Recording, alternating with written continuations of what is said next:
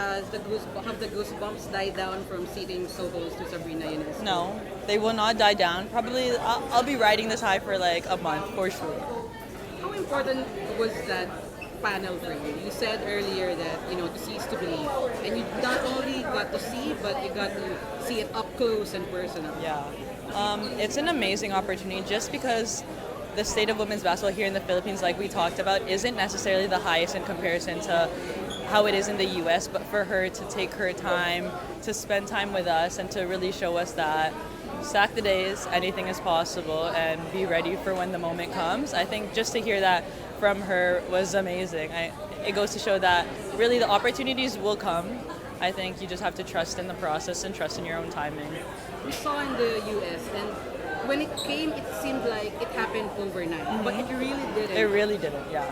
When you see her and you realize, how long it took for women's basketball in the United States to reach the level it has now, does that give you, I guess, more patience for the situation that we have in the Philippines? Oh yeah, for sure. I think it puts it into perspective that Caitlin Clark's rise was Sabrina before. I was around women's hoop at that time. I was following the college scene, and I saw her impact on a scale as a fan and as somebody who admired her, and to see that she's bearing the fruit how much longer after, right? It just goes to show that she's patient with the process, and I think being in the women's basketball community teaches you patience on a whole nother level. But it's a blessing to be a part of, and I can't believe this is my life, and I'm so glad that I'm a part of it. I'm seeing women's basketball on the rise. And then when you see the response to her, the turnout, this crowd, and the crowd that we're expecting at Courtyard, how are you feeling about that? It feels amazing to see that so many people, girls and boys, are so excited to see a player at this caliber, because game respects game. Yes. And I think that just goes to show that once you put women on that pedestal, people are going to follow, and people are going to be like, recognize her for what she is and the greatness that she represents. Of course, she's here for her shoe. And I've read an article where NBA players actually are in awe of her shoe. Oh, it's like one of the most worn shoes, I think. Exactly.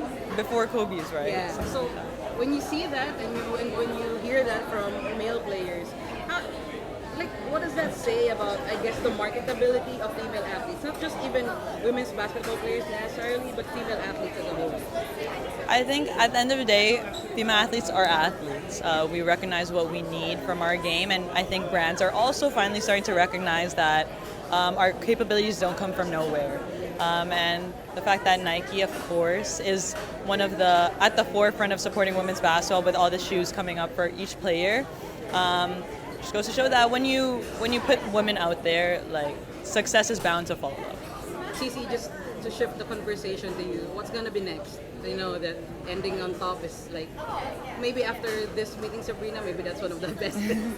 But what's gonna be next for you? Next for me is 3x3. I think it's gonna be an exciting time to explore what that's like for me. A new challenge. I love a good challenge. I think succeeding on the international level is what I'm after right now, because hopefully that turns into playing overseas as well.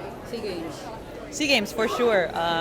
As long as I make the lineup, I'm there. But yeah, it's stacking days, and just being a part of a program that really supports us, I think has been everything. It's been super, super great for me. Thank you so much, Cici. Thank you.